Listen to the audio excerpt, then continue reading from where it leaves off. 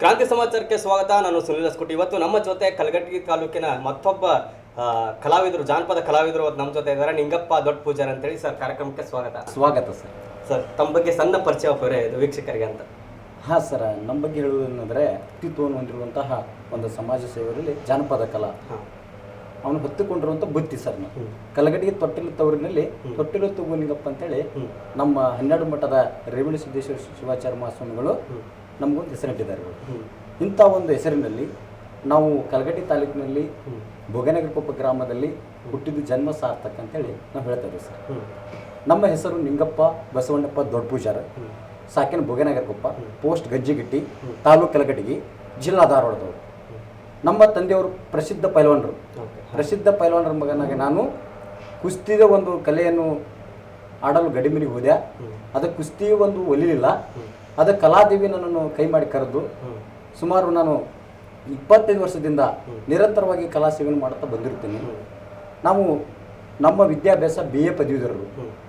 ಹುಟ್ಟಿದ್ದು ಹಳ್ಳಿಯಲ್ಲಿ ಹುಟ್ಟಿಕೊಂಡು ಗ್ರಾಮೀಣ ಭಾಗದಲ್ಲಿಂತಹ ಕಿರಿಯ ಮತ್ತು ಹಿರಿಯ ಪ್ರಾಥಮಿಕ ಶಾಲೆಯಲ್ಲಿ ನಾನು ವಿದ್ಯಾಭ್ಯಾಸ ಮಾಡುತ್ತಾ, ಶಾಲಾ ಕಾಲೇಜುಗಳಲ್ಲಿ ನಾನು ಭಾಗವಹಿಸುತ್ತಾ, ಸಂಸ್ಕೃತ ಕಾರ್ಯಕ್ರಮದಲ್ಲಿ 3ನೇ ತರಗತಿಯಲ್ಲಿ ನಾನು ಜಾನಪದ ಹಾಡುಗಳನ್ನು ಹಾಡುತ್ತಾ, ದೇಶಭಕ್ತಿ ಗೀತೆಗಳನ್ನು ಹಾಡುತ್ತಾ, ಭಾವಗೀತೆಗಳನ್ನು ಹಾಡುತ್ತಾ ಸ್ಪರ್ಧೆಯಲ್ಲಿ ಪ್ರಥಮ ದ್ವಿತೀಯ ಸ್ಥಾನವನ್ನು ಪಡೆಯುತ್ತಾ ಸ್ವರಚಿತ ಗೀತೆಗಳನ್ನು ರಚಿಸುತ್ತಾ ಆ ನಾಡಿನ ಜಾನಪದ ಕಲೆಯನ್ನು ಎತ್ತಿ ಹಿಡಿಯುವಲ್ಲಿ ಒಂದು ಶ್ರಮ ವಹಿಸಿದ್ದೇನೆ. ತದನಂತರ ಈ ಜಾನಪದ ಕಲೆಯು ನನ್ನಲ್ಲಿ ಅಡಗಿಸಿಕೊಂಡು ಒಂದು ಅತ್ಯುತ್ತಮವಾದ ಒಂದು ದೇವಿಯ ಅನುಗ್ರಹವನ್ನು ಅನುಗ್ರಹಿಸಿ ಈ ಕಲೆ ನಶಿಸಿ ಹೋಗಬಾರದಂತ ತಿಳಿದುಕೊಂಡು ನಾನು ಸ್ವತಃ 18 ಗೀತೆಗಳನ್ನು ನಾನೇ ಸ್ವತಃ ಬರೆದಿದ್ದೇನೆ. ಸಾಹಿತ್ಯ ಮತ್ತು ಧ್ವನಿ ಸುರುಳಿಯನ್ನು ನೀಡಿ ನಮ್ಮ ಕಲಘಟಗಿ ತಾಲೂಕಿನಲ್ಲಿ ಒಂದು ಭೋಗನಗರಕೊಪ್ಪದ ಬಸವಣ್ಣನ ದೇವರ ಅನುಗ್ರಹ ಬಹಳ ಇದೆ ಸರ್. ನಮ್ಮ್ಯಾಗ ಆ ದೇವರು ನಮ್ಮನಿಂದ ಪಾಲ್ಕಿ ಉತ್ಸವ ಮುಖಾಂತರ ನಮ್ಮನಿಂದ ಅಲ್ಲಿ ಸಂದರ್ಶನ ಆಗ್ತದೆ. ಭವ್ಯವಾದ ಜಾನಪದ ವೈಭವ ಮೆರವಣಿಗೆಯೊಂದಿಗೆ ನಮ್ಮ ಭೋಗನಗರಕೊಪ್ಪದ ಬಸವಣ್ಣನ ದರ್ಶನ ಆಗ್ತದೆ ಸರ್. ಅಂಥ ಒಂದು ಸಂದರ್ಭದಲ್ಲಿ ಆ ಭೋಗನಗರಕೊಪ್ಪದ ಬಸವಣ್ಣನ ಒಂದು ದರ್ಶನ ನಾನು ನಿರಂತರವಾಗಿ ಸೇವೆ ಮಾಡ್ತಾಯಿದ್ದೇನೆ.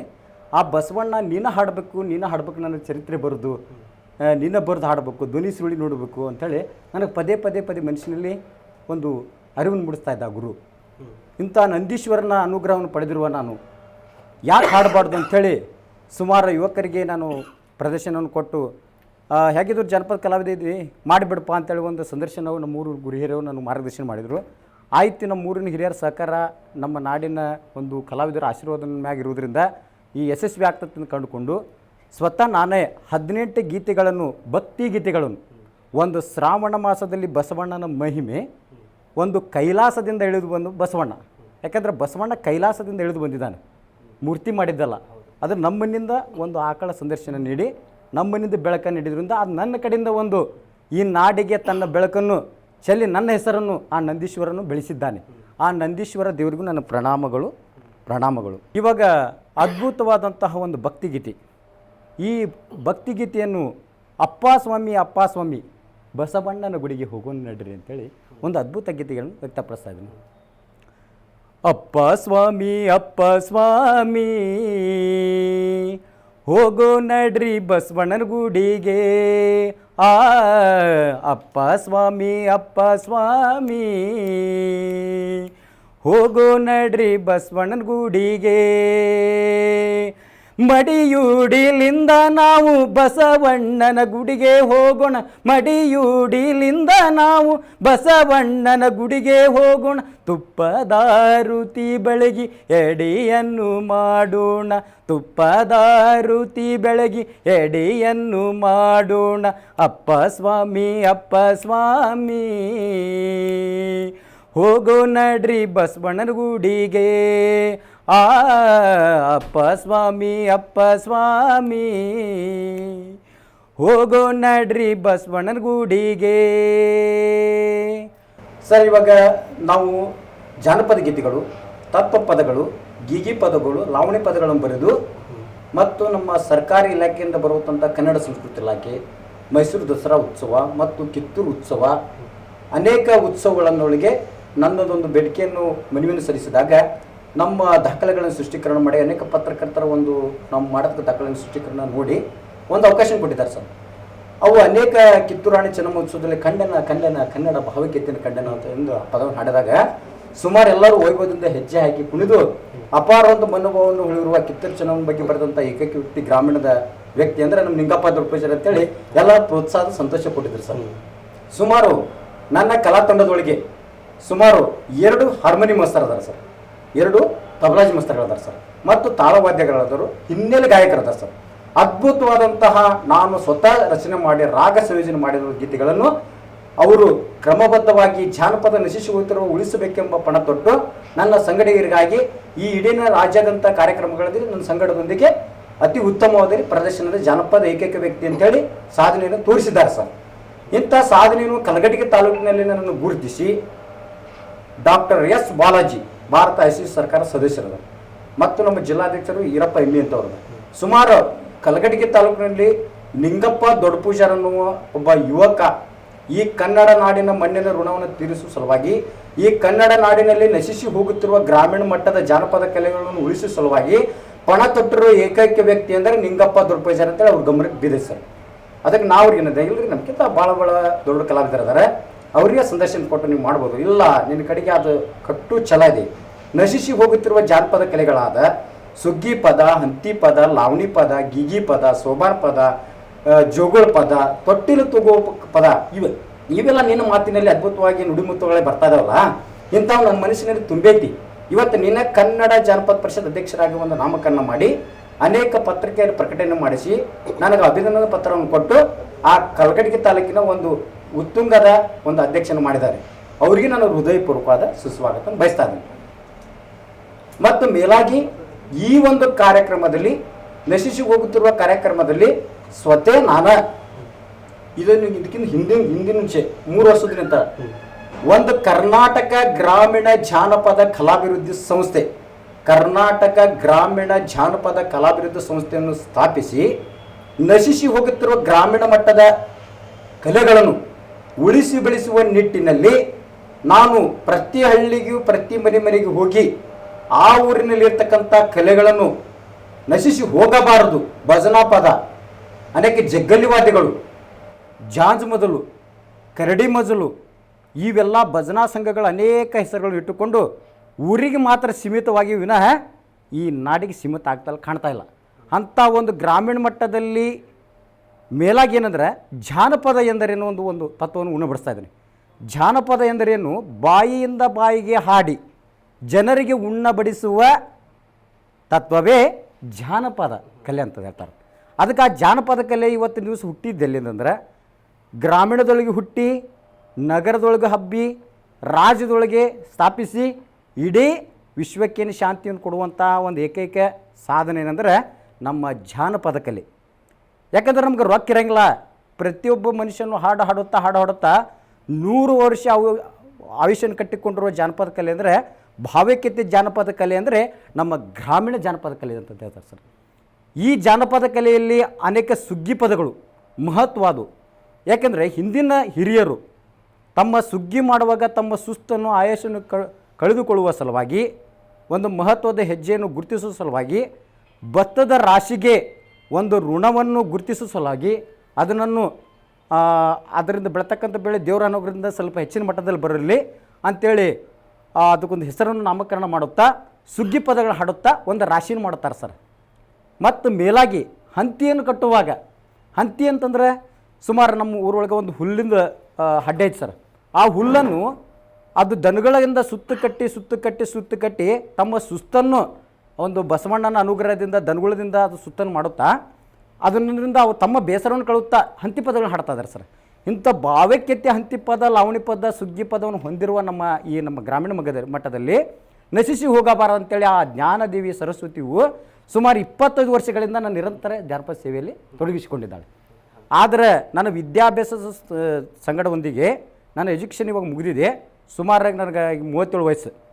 ಆದ್ದರಿಂದ ನಾ ಹಾಡುತ್ತಾ ಅನೇಕ ಪ್ರಶಸ್ತಿಗಳನ್ನು ಸಂಘ ಸಂಸ್ಥೆಗಳಿಂದ ಜಾನಪದ ರತ್ನ, ಜಾನಪದ ಸಿರಿ, ಜಾನಪದ ಕಲಾ ರತ್ನ ಪ್ರಶಸ್ತಿ, ಕನ್ನಡ ನಾಡಿನ ಜಾನಪದ ಮಣ್ಣಿನ ಮಗ ಅಂತೇಳಿ ಪ್ರಶಸ್ತಿ ಮತ್ತು ಕನ್ನಡ ಸಂಸ್ಕೃತಿ ಇಲಾಖೆಯಿಂದ ಅನೇಕ ಉತ್ಸವದಲ್ಲಿ ಪ್ರಶಸ್ತಿಗಳನ್ನು ಪಡೆದುಕೊಂಡು ಏಕಕಾಲಕ್ಕೆ ಬಸವ ಟಿವಿಯಲ್ಲಿ 24 ಸಾಂಗ್ಗಳನ್ನು ಹಾಡಿ ಕರ್ನಾಟಕ ಜಾನಪದ ಅಕಾಡೆಮಿಯಲ್ಲಿ ರಾಜ್ಯ ಮಟ್ಟ ಕಲಾವಿದ ಅಂತೇಳಿ ಸನ್ಮಾನ್ಯ ಶ್ರೀಮತಿ ಡಾಕ್ಟರ್ ಮಂಜಮ್ಮ ಜೋಗ್ತಿ ನಮ್ಮನ್ನು ಗುರುತಿಸಿದ್ದಾರೆ ಸರ್.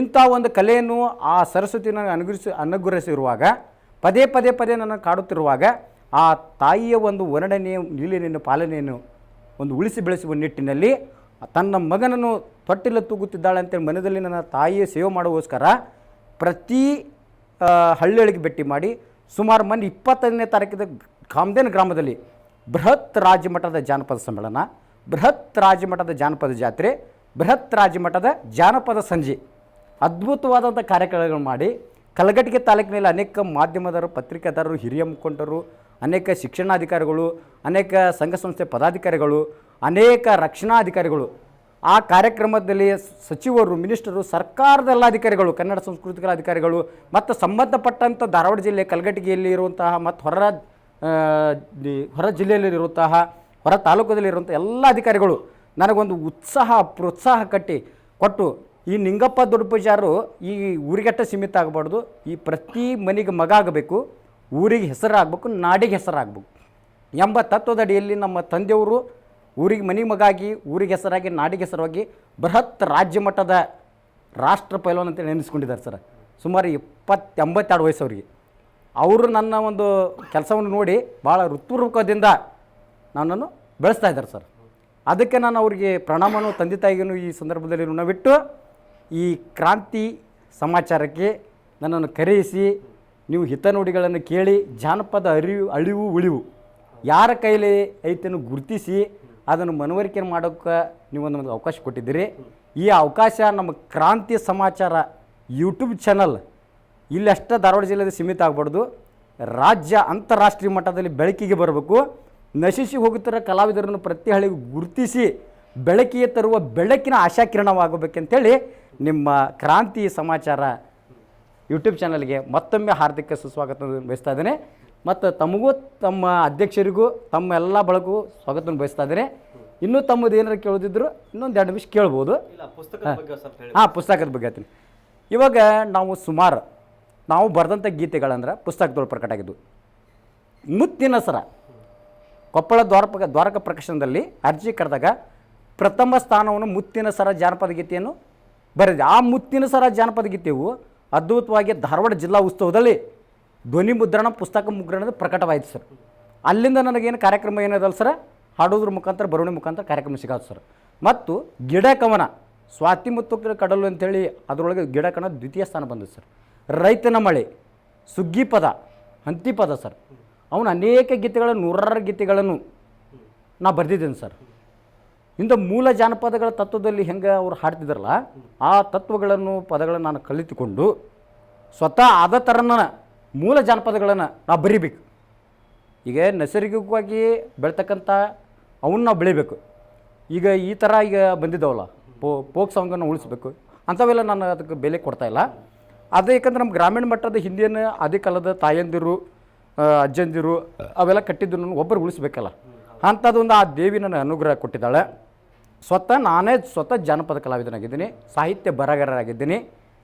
ಮತ್ತು ನನ್ನ ಒಂದು ಗೌರವವನ್ನು, ನನ್ನ ಹಾಡನ್ನು ಕೇಳಿ ಹಿರಿಯ ಕಲಾವಿದರಾದಂತಹ ಕರ್ನಾಟಕ ಜಾನಪದ ಅಕಾಡೆಮಿಯ ಮಾಜಿ ಸದಸ್ಯರಾದಂತಹ ಇಮಾಮ್ ಸಾಬ್ ಒಲ್ಲೆಪ್ಪನವರು ನಾವು ಹೆಂಗೆ ಕೂಡಿದ್ವಿ ಅಂತೇಳಿ ಅದಕ್ಕೊಂದು ಕಾರಣ ಬೇಕಲ್ರಿ.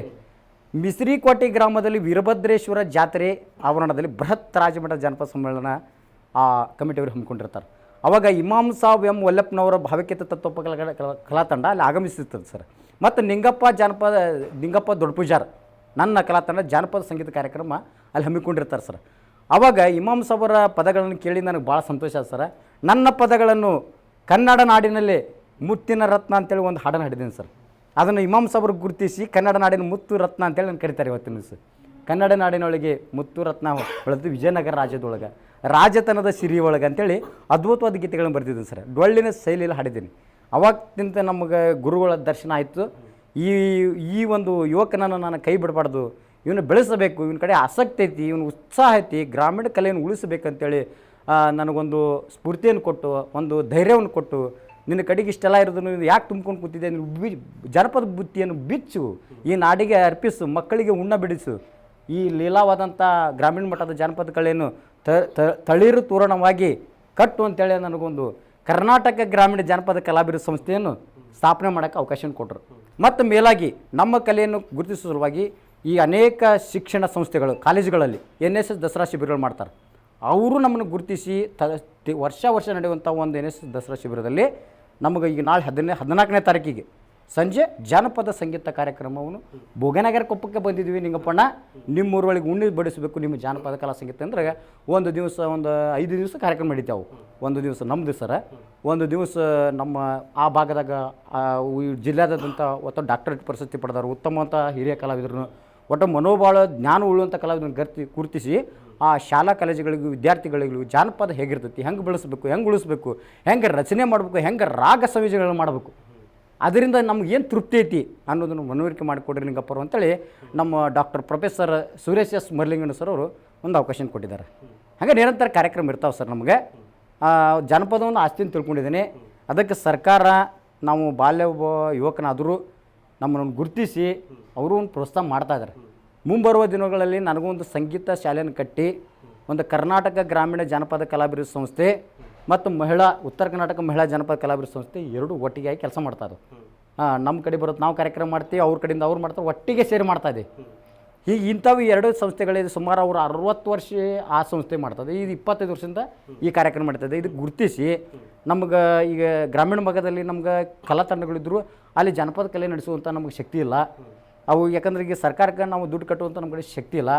ಅವು ಉತ್ತಮವಾದಂಥ ಸ್ಥಾನವನ್ನು ಪಡೆದಂತಹ ಸಂಸ್ಥೆಗಳನ್ನು ಗುರುತಿಸಿ ಪ್ರತಿ ಹಳ್ಳಿಗಳಲ್ಲಿ ಗ್ರಾಮೀಣ ಮಟ್ಟದ ಕಲಾವಿದರನ್ನು ಗುರುತಿಸಿ ಯಾವುದೇ ಅನುದಾನವಿಲ್ಲದೆ ಕಲಾವಿದರನ್ನು ಗುರುತಿಸಿ ಕಾರ್ಯಕ್ರಮ ಮಾಡುವಂಥ ಸಂಸ್ಥೆಗಳನ್ನು ಗುರುತಿಸಿ ಸರ್ಕಾರಕ್ಕೆ ಅದಕ್ಕೆ ಪ್ರೋತ್ಸಾಹಿಸಿ ಒಂದು ಅವಕಾಶವನ್ನು ಕೊಟ್ಟು ಆ ವಿಭಾಗದ ಸಂಸ್ಥೆ ಅಧ್ಯಕ್ಷರನ್ನು ಕರೆಸಿ ಅವನ ವಿನಂತಿಯನ್ನು ತಿಳಿದುಕೊಂಡು ಒಂದು ಜಾನಪದ ಶಾಲೆಯನ್ನು ಪ್ರಾರಂಭ ಮಾಡೋಕ್ಕೆ ಅವರು ಸರ್ಕಾರದಂಥ ಅದೊಂದು ಅನುದಾನ ಇದ್ದರೆ ನಮಗೊಂದು ಸಹಕಾರ ಮಾಡಿಕೊಡ್ಬೇಕಂತೇಳಿ ಅವರು ನಮ್ಮ ಕರ್ನಾಟಕ ಗ್ರಾಮೀಣ ಜಾನಪದ ಕಲಾವಿದರ ಸಂಸ್ಥೆ ವತಿಯಿಂದ ಅವರ ಕಳಕಳಿಯಿಂದ ಹೃದಯಪೂರ್ವಕವಾಗಿ ಸರ್ಕಾರಕ್ಕೆ ವಿನಂತಿಸಿಕೊಳ್ತಾ ಇದ್ದೀನಿ ಸರ್. ಖಂಡಿತ ಸರ್. ನಮ್ಮ ಸ್ಟುಡಿಯೋಗೆ ಬಂದು ಕೂಡ ಒಂದು ತಮ್ಮ ಬಗ್ಗೆ ಮಾಹಿತಿಯನ್ನು ನೀಡಿದ್ರಿ, ಜಾನಪದ ಮಾಹಿತಿಯನ್ನು ನೀಡಿದ್ರಿ. ತುಂಬ ಧನ್ಯವಾದಗಳು ಸರ್. ಧನ್ಯವಾದಗಳು ಸರ್. ಇದಿಷ್ಟು ಕ್ರಾಂತಿ ಸಮಾಚಾರದ ವಿಶೇಷ ಕಾರ್ಯಕ್ರಮ ಆಯಿತು. ಸದಾ ನೋಡ್ತಾ ಇರಿ ಕ್ರಾಂತಿ ಸಮಾಚಾರ.